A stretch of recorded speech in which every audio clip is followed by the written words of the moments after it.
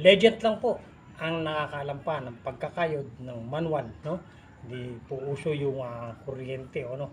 Mas maganda po yung kayod mismo dahil pino at mas maraming gata ang nakukuha. Hindi po katulad pag kuryente, idinidiin po nila ang todo.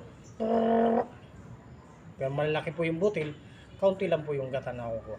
Pero pag mano-mano po at marunong ka, maraming gata po ang makukuha. Salamat po sa inyong panonood.